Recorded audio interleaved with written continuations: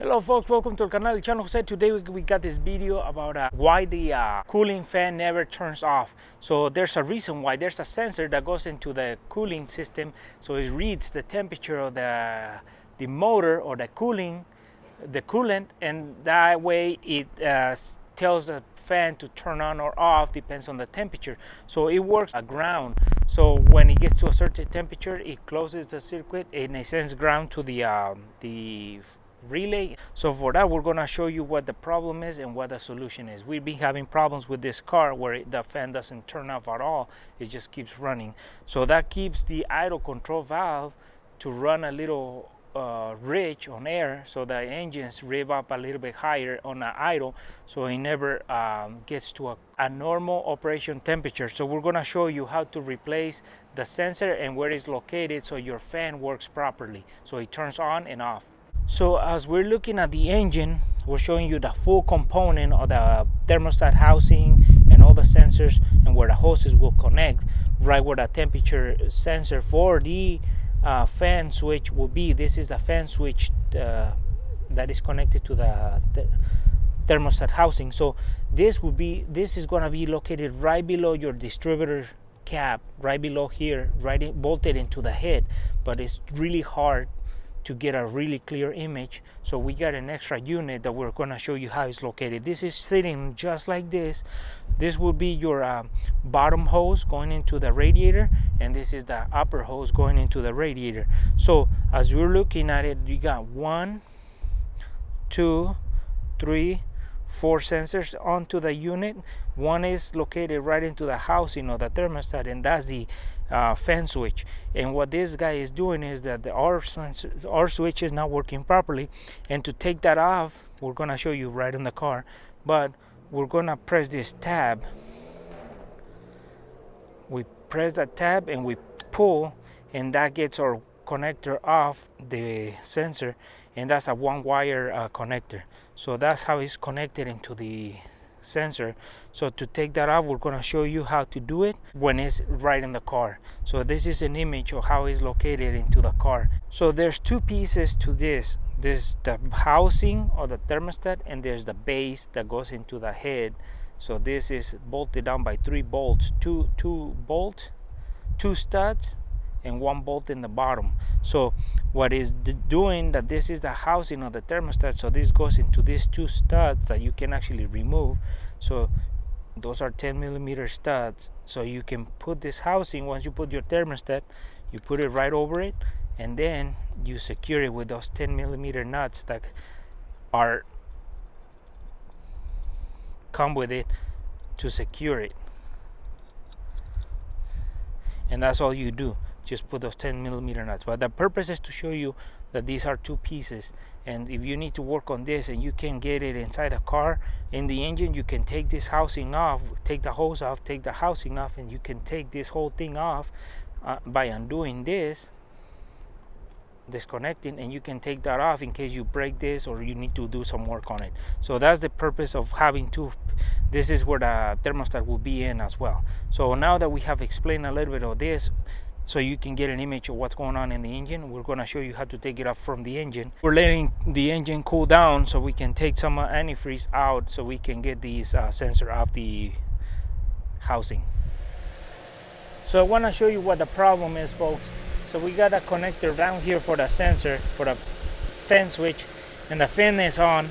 So what we have been experiencing is that when I push the fan switch in,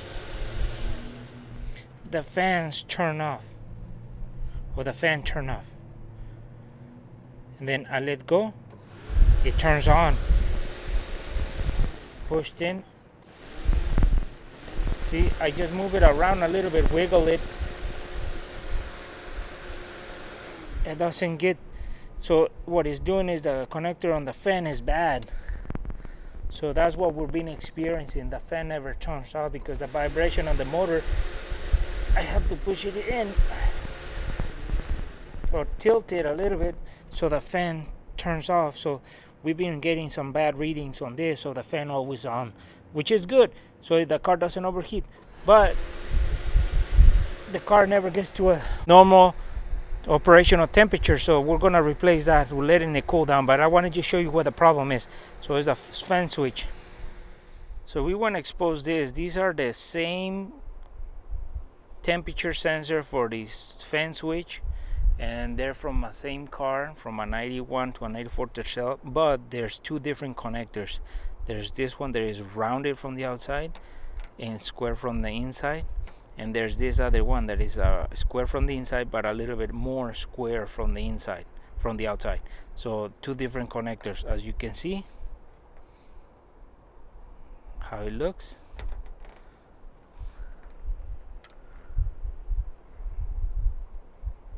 So you don't, the temperature the switch is the same from the front. It bolts the same way, same thread, same size nut, but connector are different. So you want to make sure what kind of connector you have in your car when you buy it, so you don't buy the wrong switch and then you end up going having problems when you take it off.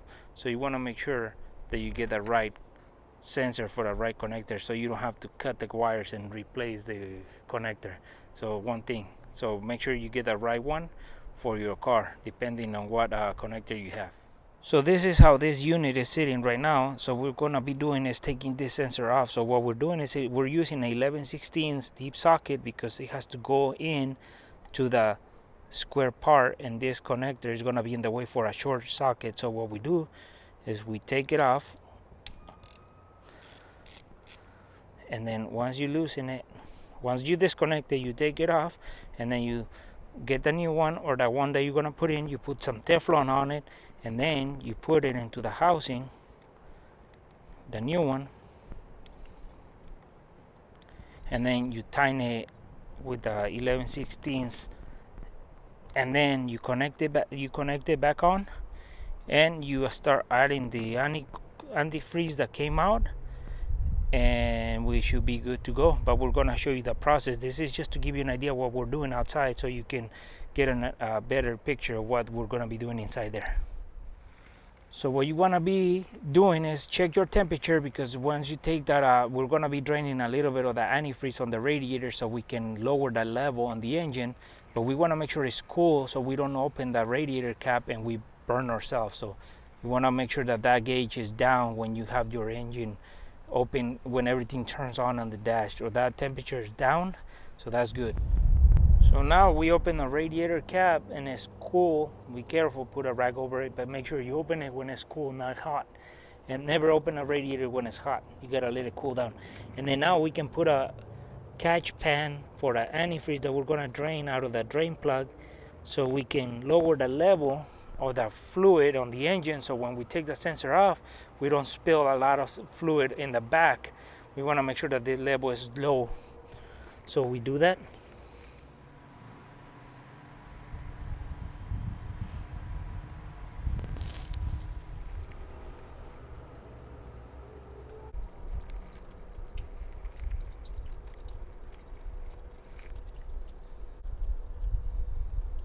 So while this is going on, draining the liquid a little bit, we disconnect our sensor, and then we verify that the new one plugs in before you take the old one out.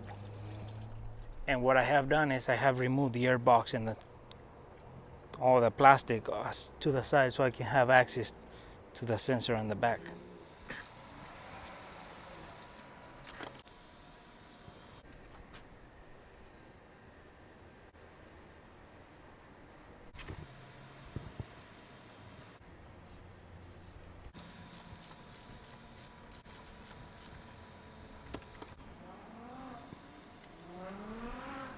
Okay folks, so at this point what we have done is we have switched from the old one, from the bad sensor, to the new sensor, which is it's a used sensor but it's in good condition. And what we can do is put everything back together and add the antifreeze back into the engine, get the air out. Let's see how the fan reacts now with this new fan switch.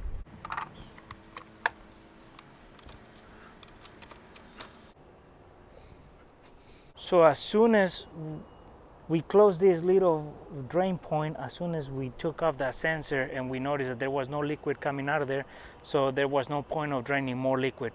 So once we took that sensor off and put the new one in, we closed that port so we wouldn't drain more liquid out of the engine. So now we pour that back into the engine because that's clean antifreeze.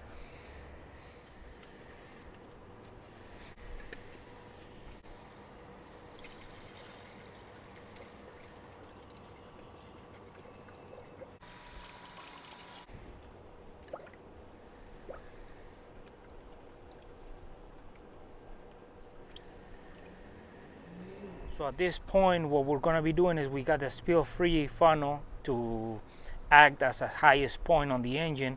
So now that we have taken out some liquid, we're gonna put in new liquid, well the liquid that we had and some of it, some new one, and then we're gonna run the engine. So this is gonna act as our burp. So we gotta get all the air pockets out of there that whatever build up.